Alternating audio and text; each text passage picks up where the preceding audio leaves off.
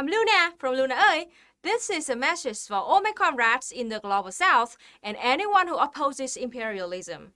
Here are some tips for how to identify a color revolution. First, color revolutions usually happen when a country is having elections or in the midst of a political or economic crisis. Second, color revolutions can have many motivations.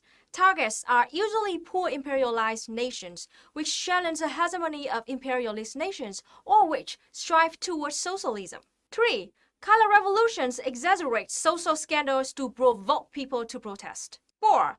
Asian provocateurs hold signs with vague slogans like democracy and freedom and provoke people to protest in order to interrupt regular activities like business or school. 5. Protesters will hold oddly chosen props and signs, such as flags of imperialist nations such as the USA or the UK, or signs written in perfect English in non-English speaking nations. Signs might seem prefabricated or overtly professional in design. 6. Demands are usually vague and constantly changing. 7.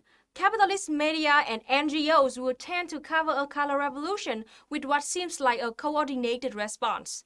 Headlines from different organizations might seem overtly similar to one another. Coverage tends to be vague and one-sided. 8. Once protests get big enough and people's lives become heavily disrupted, NGOs and foreign governments will speak up in support of protesters to legitimize intervention. 9. A goal of a color revolution is to slowly and steadily build chaos and instability until a puppet government can finally be installed. 10. The key difference between a color revolution and a legitimate protest is that color revolutions are clandestinely instigated by foreign powers and staged for the benefit of a foreign audience to legitimize acts of external intervention by imperialist nations. It can sometimes be difficult to tell the difference between legitimate protest and color revolution, especially because the foreign powers behind color revolutions often cynically use legitimate social, economic, or political problems and grievances for their own ends. Just be alert,